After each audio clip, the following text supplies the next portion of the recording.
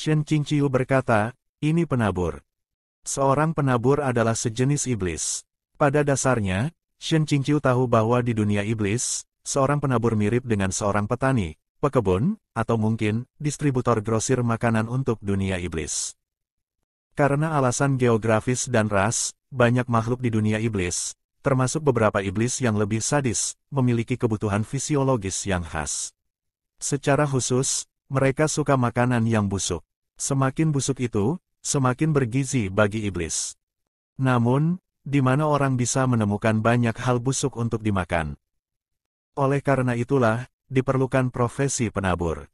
Pernah ada tempat tertentu di dunia iblis yang merupakan tempat makan yang populer, penguasa tempat itu akan menyeberang ke dunia manusia untuk menangkap ratusan orang yang hidup pada satu waktu, lalu menempatkan mereka di tempat tertutup seperti ternak. Kemudian, dia akan melepaskan penabur di dalam. Dalam waktu kurang dari 7 hari, Tuan bisa membuka pintu karena makanan akan busuk dan siap. Dia dapat memilih untuk membawa orang keluar untuk memakannya atau berjalan masuk dan makan di sana. Jenis kebiasaan makan eksotis ini cukup menjijikkan. Untungnya, iblis kuno, bangsawan elit di antara iblis yang memiliki garis keturunan iblis paling kuat dan yang tidak dapat dibandingkan dengan iblis biasa, tidak mencari rasa eksotis jenis ini dalam makanan mereka.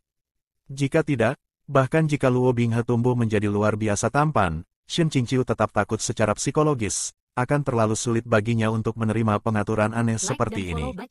Jika dia tipe setengah iblis, gadis yang menciumnya pasti sangat berani, hahaha. Di masa lalu, karena profesi semacam ini terlalu anti-manusiawi, hal itu menimbulkan kemarahan para kultivator, yang melancarkan kampanye untuk menekan para penabur. Banyak pahlawan tanpa tanda jasa yang berisiko terinfeksi dan mati. Dalam 10 tahun, penabur hampir punah. Sekarang mereka hampir tidak pernah terlihat. Jadi, adalah normal bagi para kultivator biasa untuk tidak mengenal mereka. Adapun Shen Qingqiu, setiap kali dia menganggur, dia suka mengeluarkan buku-buku lama yang menumpuk berantakan di puncak Qingqing, jadi dia tahu tentang mereka. Dia membuat keputusan yang sangat jelas, tapi sayangnya, dia tidak dianggap serius. Hanya Qin Wanyewi yang cukup sopan untuk menjawab dengan anggun, apa yang dikatakan tetua, Tuan Luo sudah menebak. Baru saja, dia memberitahu kami semua tentang penabur secara detail. Setelah itu, para murid istana Huanhua menatap Luo Binghe dengan kekaguman dan kerinduan, seolah-olah wajahnya bermandikan cahaya keemasan murni.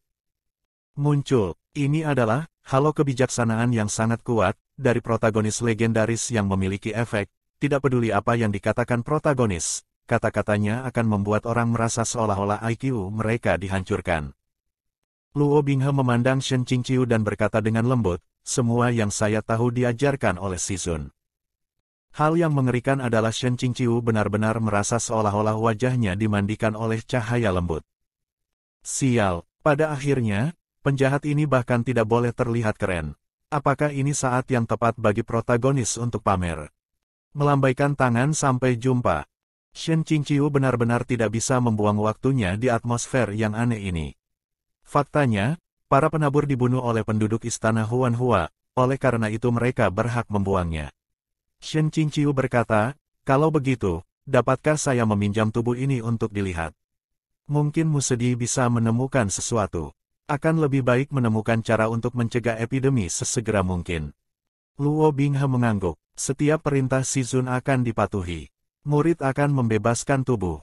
Disebut, Si Sun olehnya membuat setiap rambut di tubuh Shen Qingqiu berdiri tegak.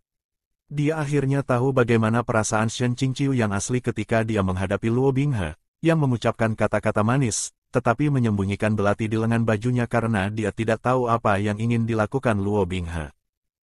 Dengan jentikan lengan bajunya, dia bergegas pergi.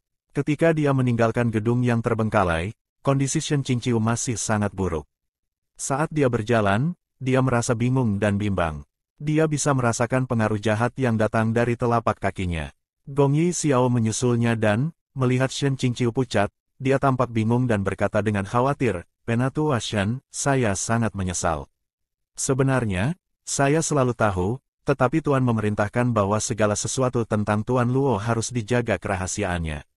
Mereka yang membicarakan hal ini kepada orang luar akan dikeluarkan, jadi saya tidak berani mengatakan yang sebenarnya. Shen Qingqiu, aku hanya menanyakan satu pertanyaan kepadamu. Bagaimana dia bisa sampai di sini? Gong Yixiao berkata, Qin Semeilah yang menyelamatkan Tuan Luo yang terluka parah di Luo Chuan tahun lalu. Tahun lalu, hanya dalam 1 tahun, Gong Yixiao digantikan sebagai murid paling terpercaya dari pemimpin Istana Huanhua. Tampaknya invasi Luo Binghe ke Istana Huanhua tidak hanya lebih awal dari garis waktu aslinya, tetapi efisiensinya juga meningkat. Memang, Gong Yixiao adalah umpan meriam sejati yang terus-menerus ditendang dari setiap posisi pertama oleh protagonis. Like dan follow bacakan aku. Shen Qingqiu berkata, setelah diselamatkan, mengapa dia tidak kembali ke Sekte Gunung Changqiong? Gong Yixiao memperhatikan wajah Shen Qingqiu, lalu berkata dengan hati-hati, setelah diselamatkan, Tuan Luo sepertinya enggan membicarakan masa lalu. Ketika dia mengucapkan selamat tinggal, dia mengaku bahwa dia tidak akan kembali ke Sekte Gunung Changqiong dan berharap Istana Huanhua dapat merahasiakan keberadaannya. Sepertinya dia berniat untuk berkeliling dunia. Guru sangat menyukainya dan terus menahannya. Meskipun, secara tegas, mereka tidak memiliki hubungan guru dan murid formal, dia sudah diperlakukan seperti murid unggulan pribadi. Aku tahu. Tindakan Luo Binghe adalah standar, teratai putih yang diam-diam menanggung penderitaan. Mudah bagi orang untuk menebak mengapa dia tidak kembali. Mungkin itu Sekte Gunung Changqiong, terutama Shen Qingqiu, maaf. Pada saat Kongres Pedang Abadi, pasti ada beberapa rahasia yang tak terkatakan. Tidak heran para murid Istana Huanhua baru saja memusuhi dia. Itu bukan hanya keterampilan mencuci otak Luo Binghe. Mereka hanya mengikuti jejaknya karena mereka tahu status Luo Binghe di Istana Huanhua. Seorang murid dari golongan A pergi ke kelompok golongan B kemudian semua orang dari golongan B, dari yang tertinggi sampai yang paling rendah, menangis dan memintanya untuk tetap tinggal, sambil menyembunyikan rahasia agar tidak ada yang mengetahuinya, betapa tidak ilmiah dan tidak rasionalnya. Namun, hal semacam ini benar-benar logis dalam kaitannya dengan halo protagonis. Shen Qingqiu diam. Gong Yixiao mengira dia sedih dan kecewa. Murid kesayangannya belum mati, tetapi dia lebih suka berkeliaran di luar daripada kembali menemuinya. Dia berkata, Tetua Shen tidak perlu terlalu memikirkannya.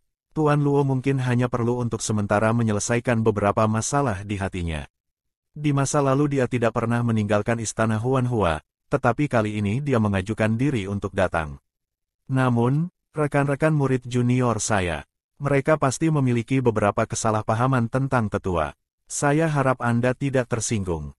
Hati Shen Qingqiu hancur berkeping-keping. Dia telah bekerja dengan susah payah selama bertahun-tahun untuk membangun reputasi positif. Tetapi, seperti yang diharapkan, protagonis masih bisa melukisnya dengan warna hitam yang indah. Salah.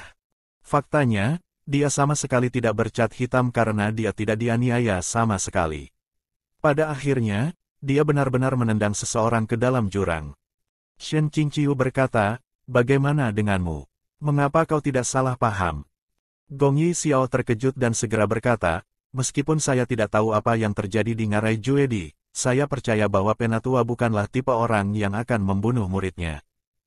Oke, izinkan aku memberitahu padamu alasannya. Karena kau dan aku adalah umpan meriam di sisi berlawanan dari protagonis, kita dapat memahami dan bersimpati dengan situasi satu sama lain. Kemudian, kelompok murid Istana Huanhua mengikuti. Shen Qingqiu secara tidak sengaja melihat ke belakang, hanya untuk melihat Luo Binghe mengamati mereka. Dia mengatupkan kedua tangannya dan menatapnya dengan mata dingin seorang penonton. Ketika Shen Qingqiu melihatnya, hatinya terasa goyah dan lemah, seperti perahu yang terjebak badai. Saat ini, meskipun Luo Binghe tidak terlalu dekat dengannya dan terus tersenyum, matanya yang gelap begitu dingin dan tajam sehingga Shen Qingqiu tiba-tiba merasakan hatinya menjadi dingin.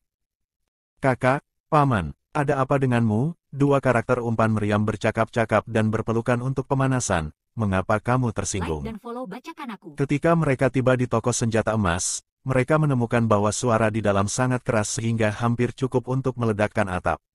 Ini semua yang dilakukan Liu Qingge. Dia bertanggung jawab atas tugas yang paling sulit. Setelah mereka berpisah, Liu Qingge pergi untuk menangkap beberapa subjek percobaan. Orang-orang di kota tidak mau bekerja sama, jadi saat ini, tidak ada yang bisa mereka lakukan kecuali menyelesaikan masalah dengan paksa.